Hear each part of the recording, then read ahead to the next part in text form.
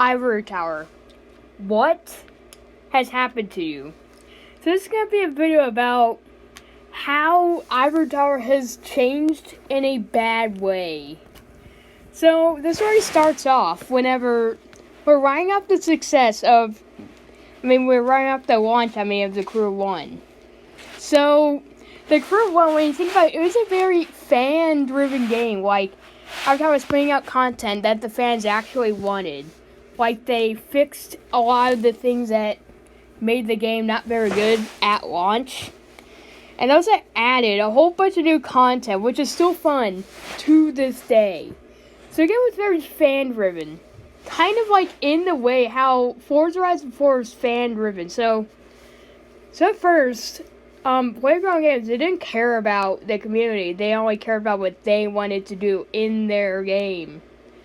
And they're just not really, they just didn't care about the community that much. But now we're rising off the success of Horizon 4. It actually was very successful. And now I think it now has like over 12 million players. While the Crew 2 on the other hand only has like 1.3 thousand players on Steam. And only like 100,000 players on PS4 right now. Yeah, but when you would compare the two, like how... Like, the reason why I'm comparing them is because they're both similar in a lot of aspects. And they're like, heck, even Need for Speed Heat, I think, was more successful than the Crew 2. So, on the point of, like, an avatar, like, falling, so, the Crew 1 was very fan-driven, okay? And the Crew 2, when you think about it, like, all of these updates, they've only added PvP, which is nowhere near as intricate as the PvP in the Crew 1. And it's actually worse in a few ways, since all you can do is just races. You can't do any mini-games. There's not even, like, elimination races for all I know. And barely anyone wants to play PvP. Like, whenever I try to go on PvP, like, I just barely come across any players. And... yeah, since I think, like, a lot of people play the Crew 1 still to this day, and got the Crew 1, like, a few years ago, and I still have fun with this game to this day, like, in PvP, like, all the different minigames and stuff that the Crew 2 doesn't have. So, on about the Crew 2's updates, they've just added basic stuff like cars, like, one new mode, which, like, hobbies, one new mode, which is basically just recycled content. Doesn't add anything new to the game. Then some of which are repetitive. You're basically just doing like most of some events when someone should like add events themselves when they don't really. And they've removed a very important race, which makes the game a lot less grindy than what it is today. And there's called the accident, which was patched out of the game, which I hate. And then they just haven't added enough, and they've added stuff that nobody really cared about. Like hovercrafts. Like, who really cares for hovercrafts? Or Demolition Derby, which people did enjoy, but when you think about, like, who asked for it? Another idea that they implemented into the game that was out of place for the Crew IP was... points of butts, but you might think that I'm an idiot, but when you think about it, like, would you think that the Crew IP was ever about boats and planes? Theirs is absolutely not. It was all about cars and bikes and trucks and all that stuff. Ground vehicles, not water and air vehicles. And that also took a toll on the game's quality, so it's actually worse. Now, so...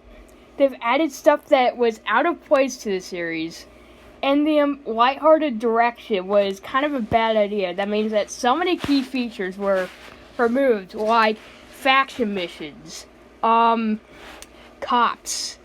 I really wish cops were in the Crew 2. Like at least runner missions should be added into the Crew 2 at some point, and then, or stuff like that, and then... so when you think about all what they've added are childish vanity items and just more overpriced cars, like, and then just PvP, which is bare bones, because there's just not a lot of, like, modes and stuff. There's only, like, racing. So basically, it's still laggy like the Crew 1.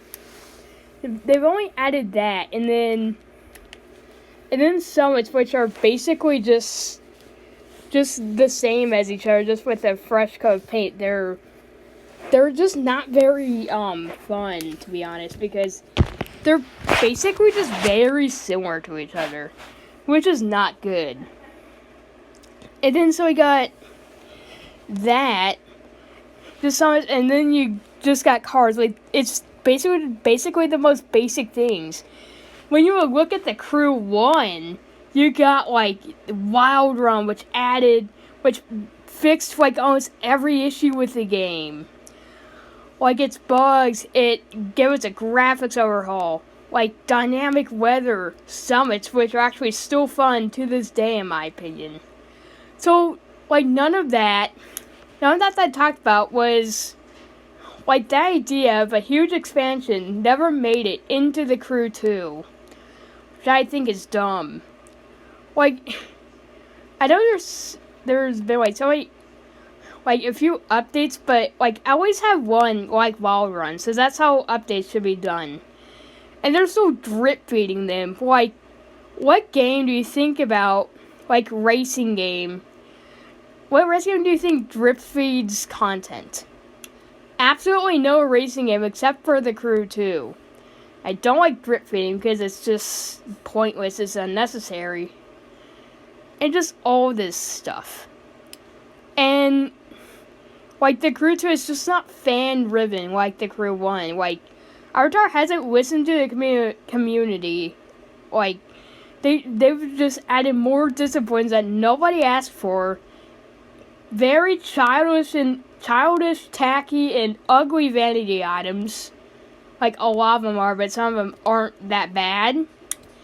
And they've also added overpriced cards. They've removed an event, which was the best way to get money, rather than just trying to grind for about 4 hours just to get $1 million bucks.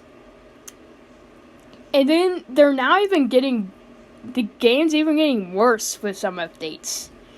Like, the Starter Edition Eclipse, which was $15, which is probably the price they could find this game for. Like, to be honest, just don't buy the Crew 2 unless you can find it for very, very super cheap.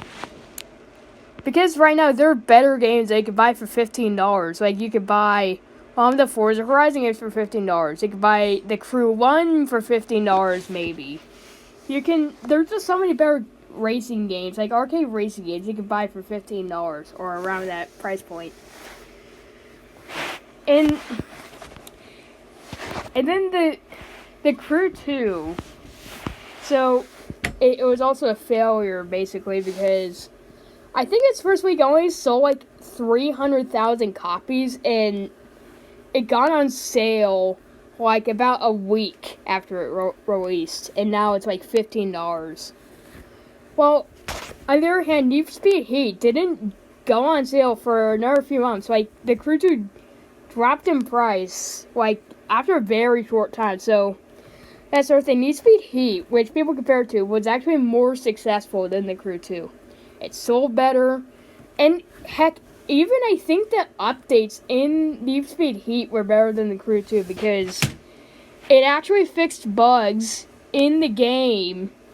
Well, Need for Speed Heat wasn't fan-driven, but it actually did updates better than Crew 2, even though they're doing them poorly. Because in Need for Speed Heat, we got bug fixes.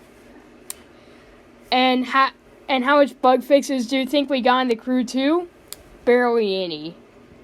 At least there was something to Need for Speed Heat's updates, like stuff that was necessary. Not saying like speed lists and like features and stuff. I'm talking about under the hood stuff, okay? Bug fixes.